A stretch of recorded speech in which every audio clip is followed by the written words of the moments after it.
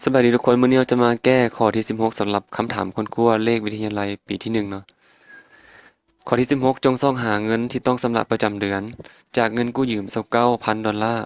เพื่อชำระหนี้สินให้หมดภายในเวลา1ปีด้วยอัตราดอกเบี้ยทบต้น15%ทุกๆเดือนพร้อมทั้งสร้างตารางการผ่อนส่งประจำเดือนถ้าเบิ่งโจทย์แล้วก็คือเรามีการกู้ยืมเงินมา29,000 ดอลลาร์นั่นเองเนาะแล้วก็มีอัตราดอกเบี้ยทบต้นทุกๆเดือนเลย15%เราจะใช้หนี้สินให้หมดภายในเวลา1ปี ปีนี้มันมีจักงวดเนาะเพราะว่าเราจ่ายทุกๆเดือนทุกๆเดือนปีหนึ่งมี12เดือนก็แม่น12งวดนั่นเองเนาะตอนนี้เรามาหาว่าเราจ่ายทุกๆเดือนเท่าใดถึงจะใช้หนี้29,000 ดอลลาร์นี่ครบใน12เดือนเราจะมาหาด้วยสูตรตัวนี้เนาะอ่าและทีนี้ก็มาเท่ากับเลยเนาะตามสูตรเลยเป็น period payment เท่ากับอ่านี่มูลค่ากู้ยืมมาคูณให้อัตราดอกเบี้ยต่องวด แล้วก็ไปหารให้เปิดวงเล็บ1ลบให้เฮ็ดตามสูตรเลยเนาะเราคลิกสิถึงพี่ก็ได้ตามสูตรเลย1บวกให้ i ก็แม่นอัตราดอกเบี้ยต่องวดนั่นเองเนาะแล้วก็มาขึ้นกำลังให้กด Shift แล้วก็เลข6ขึ้นกำลังให้ลบ12นั่นเองเนาะ12งวดแล้วก็ปิดวงเล็บนี่อันนี้อยู่กล้องเลขส่วนนะส่วนนี้ทีนี้กดสอบความถูกต้องแล้วก็ enter ไปเลยเราสามารถหาอ่า งั้นสำหรับประจำเดือนได้โดยการใช้ MPT เนาะเท่ากับ M PMT PMT เนาะเป็น period payment ของ Microsoft Excel rate อัตราดอกเบี้ยต่องวดจุดต่อไป number of period 12งวดจุดต่อไปpresent value ก็คือตัวนี้นี่เองนะเป็นเงินต้นที่กู้ยืมมา future value ยังบ่มีปิดต่อไปมีการคิดดอกเบี้ยตอนท้ายงวดใส่ศูนย์ถ้าเราบ่ใส่ศูนย์เราก็ปิดวงเล็บไปเลยเพราะว่ามันเป็นค่าเริ่มต้นมันต้องใส่ศูนย์ให้เราอยู่แล้วค่าเริ่มต้นต้องใส่ศูนย์เจอไปเลยก็จะออกมาคือกันเนาะ5,349.94และต่อไปมันบอกว่าให้สร้างตารางการผ่อนส่งประจำเดือนเราจะ copy เอาเงินที่กู้ยืมมา29,000เนาะก็มาใส่บอนมานี้ paste แล้วก็กลับมาเอาเงินสำหรับยอดสำหรับประจำงวด paste ไปเลยเนาะงวดที่1ก็เอาเลข1ลงไปเลย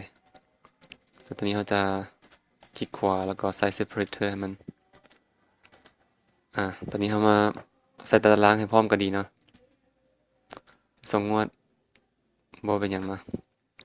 สามารถเห็นได้งวดที่1เงินกู้ยืมไปแล้วเนาะงวดที่1ก็คือตอนท้ายงวดเขาจะเริ่มคิดดอกเบี้ยแล้วได้บัดนี้15%ของ29,000เป็นเท่าใดเอา15%ไปคูณให้29จะออกมาเป็นดอกเบี้ยที่จะต้องจ่ายเมื่อและหลังจากที่รวมดอกเบี้ยแล้วก็รวมยอดที่ต้องจ่ายแล้วมากวดสอบเบิ่งว่าเราเอาเงินมาชำระบ่เห็นว่ามีการเอาเงินมาชำระเนาะแน่นอนว่าจะต้องมีการหักลบออกเอา2ยอดนี่เนาะเงินที่ต้องชำระมาบวกให้ดอกเบี้ยที่ต้องชำระมาลบให้เงินที่ชำระแล้วนี่ก็เหลือเป็นยอดคงค้างงวดที่2นะเอายอดคงค้างนั้นมาตั้งเมื่อท้ายงวดเนาะเอายอดคงค้างมาตั้งเพื่อที่จะคิดดอกเบี้ยต่ออีกก็เท่ากับ15%แล้วจะล็อกไว้เลยนะ15%จะอยู่บนเก่าตลอดกด F4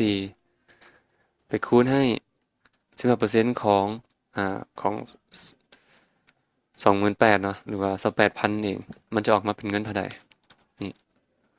ออกมาเป็น 4,200.01 แน่นอนว่าตัวนี้มันยอดที่ต้องชำระต่ออีกได้วันนี้มีทั้งดอกเบี้ยเพิ่มเข้าอีกมีการชำระเข้าไปอีกเนาะยอดเก่าเลยเหมือนกันสำหรับยอดเก่าแล้วทีนี้เอากลับมากดสอบเบิ่งนะว่าเอาเงินที่ค้างชำระบวกให้ดอกเบี้ยที่คิดออกมาแล้วก็มาลบให้เงินที่ชำระเข้ามาแบบนี้มันจะเป็นแบบนี้เป็นประจำเราก็เลย copy ไปเรื่อยๆเนาะและตัวนี้ก็มีการ copy ไปเรื่อยๆนี่ก็ดับเบิลคลิกเพราะว่าเราล็อกตัว C3 ให้อยู่บน15%ตลอดกาลเนาะ ตัวนี้ก็มีการดึงยอดทางฝั่งนี้ลงมาโซเนาะยอดที่คงข้างก็ดับเบิลคลิกไปเลยหาบ่ฮู้ว่าเท่าใดเนาะแต่เราจะลากมันนี้ลงไปจะเป็น3 4 5 6 7 8 9 10 11 12จะอยู่ตรงพี่เราสามารถcopy ลงไปอีกบานหนึงได้อ๋อนี่ก็จะเป็นศูนย์พอดีเลย เมื่อครบ12งวดหรือว่า12เดือนนั้นเป็นการสำเร็จการใช้หนี้เนาะและตัดตารางการผ่อนส่งประจำเดือนนั่นก็คือตัดตารางที่เราสร้างมาแล้วก็ครบเนาะตอนนี้มีเพิ่นถามหายอดสำหรับประจำเดือนก็คือนี่เอง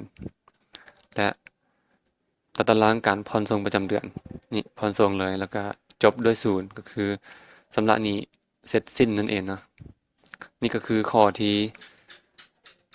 16